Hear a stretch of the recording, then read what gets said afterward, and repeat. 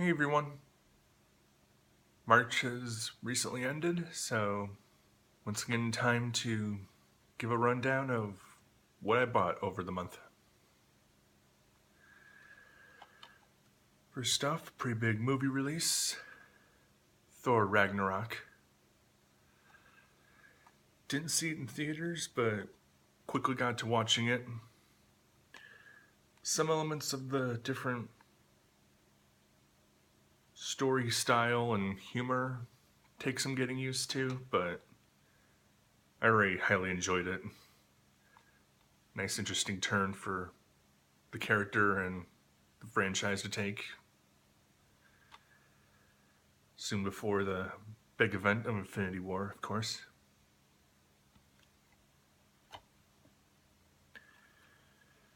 Recent independent hit, Lady Bird, written and directed by Greta Gerwig, starring Saoirse Ronan. Hopefully it's how it's pronounced. Coming of age tale about a teenage girl living in early 2000s California. Heard it's funny, relatable, dramatic, overall a great hit. Onward to some comics. The 2018 Optimus Prime Annual, written by John Barber, art by Priscilla Tramontano and Andrew Griffith. Recent story about Starscream commissioning long-struggling screenwriter Thundercracker to write a screenplay and had a film to make about Starscream to ideally improve his public image. So hijinks ensue throughout that. New Criterion release, The Age of Innocence, released in 1993, directed by Martin Scorsese,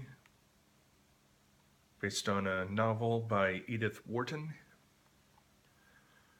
Basically a romantic drama that takes place in turn of the century New York. As you can see, starring Daniel Day-Lewis, Michelle Pfeiffer, and Winona Ryder. If memory serves, I'm not sure I've even watched a single Martin Scorsese movie all the way through. I mean, like maybe bits and pieces. I haven't really decided to sit down and watch a Scorsese film. But this is an interesting place to start. A bit of a lesser known work of his, but still well received. Released on the same day with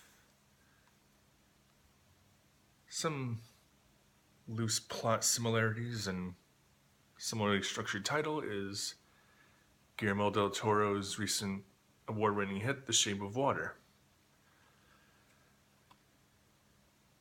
Basically, if you've been online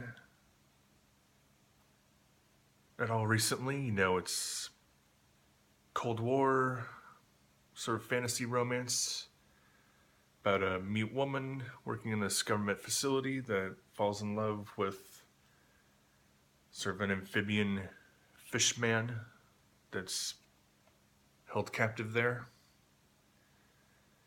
Very strange, but very moving. Like a lot of Del Toro movies are.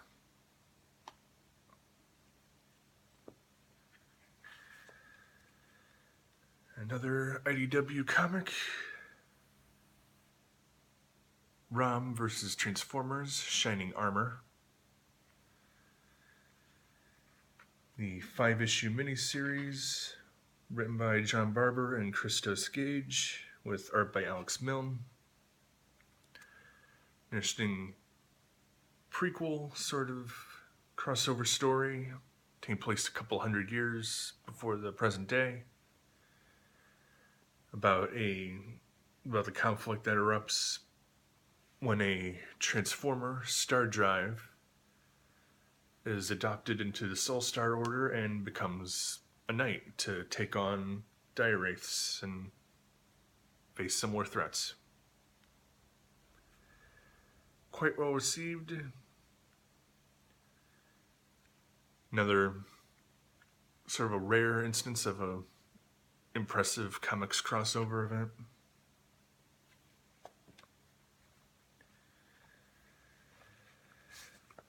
Of course, the next issue of Invader Zim, issue 29, had to check. Released by Oni Press as usual. Written by Eric Trueheart with art by Maddie C. We have a crazy adventure that Dib embarks on revolving around Poop Cola. Nice little connection back to some elements of the show, like with Poop Dog, Poop Candy, or Chocolate, however it is.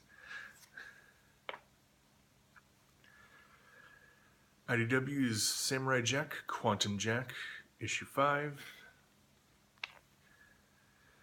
Written by Fabian Rangel Jr., art by Warwick Johnson Caldwell. Possibly the end of this event. I mean, maybe it'll continue, maybe it's stopping right here.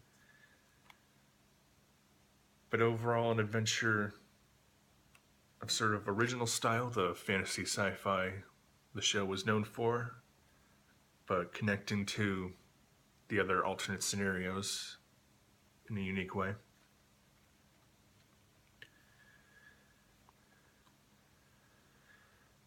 Recent Criterion buy, even though it's been out for a while, A Brief History of Time, directed by Errol Morris, released in 1991. Interesting documentary exploring, up to that point, the life and work of the recently passed Stephen Hawking. I've been on the fence for quite a while, wondering if I wanted this as a documentary addition to my assortment, but with his recent death, I figured I might as well get this, gain a little more insight into his life and work, how he was.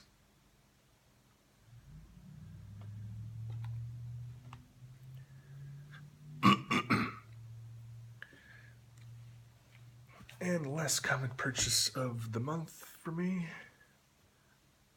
DC Bombshells, Comics Bombshells, Volume 6, War Stories.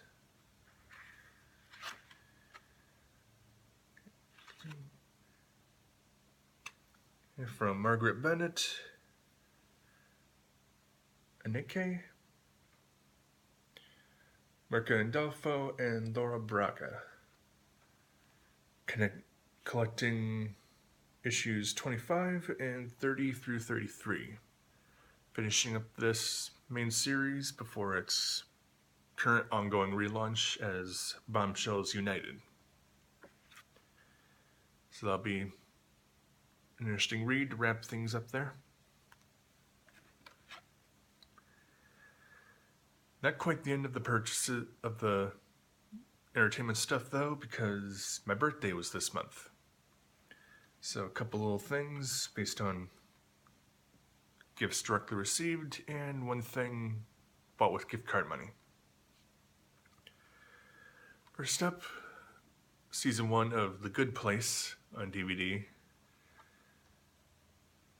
Recently heard about this while its second season was running, but I've heard good things.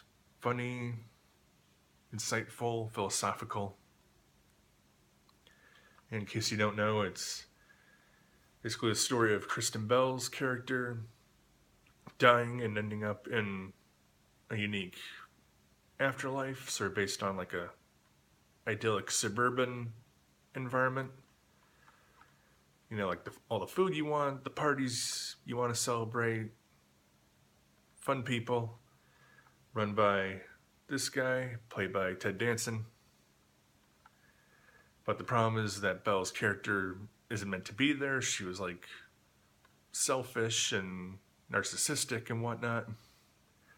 So she's basically got to keep up a charade in order to avoid going to the bad place.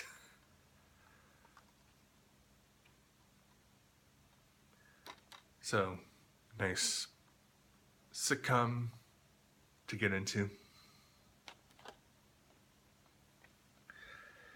Got this interesting thing as well.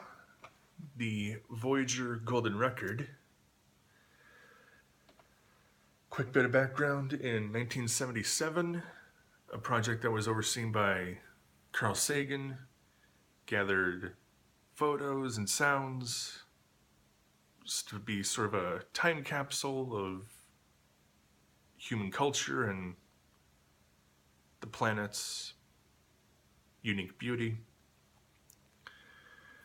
Placed on a record that was sent up with the Voyager 1 and 2 space probes.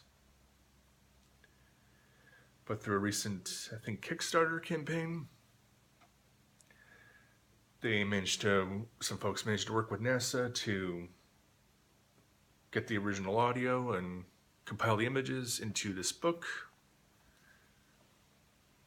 as well as space photos along its journey. And whether CD or vinyl, you get all the audio that is on the record. I'm a fan of space travel, and also this was a plot device in the Beast Wars Transformers cartoon that I grew up on.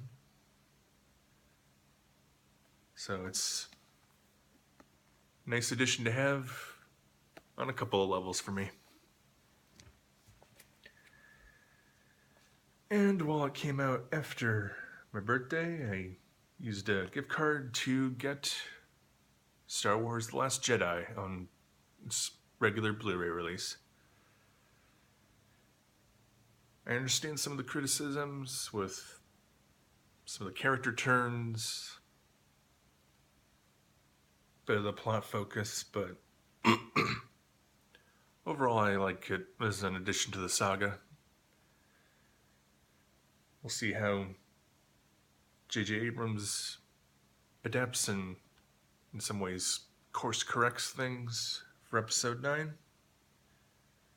I'm pretty confident in how things will progress.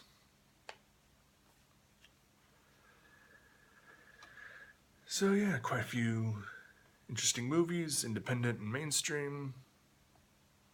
Some fun comics. A new TV series to get into. And quite a unique sort of collector's item based on a piece of space travel history. So that's it for now. Got a few interesting things to buy over the course of till this month, April. So, when it comes to these little summaries, these rundowns, I'll see you in early May to talk about how April went. See you later, folks.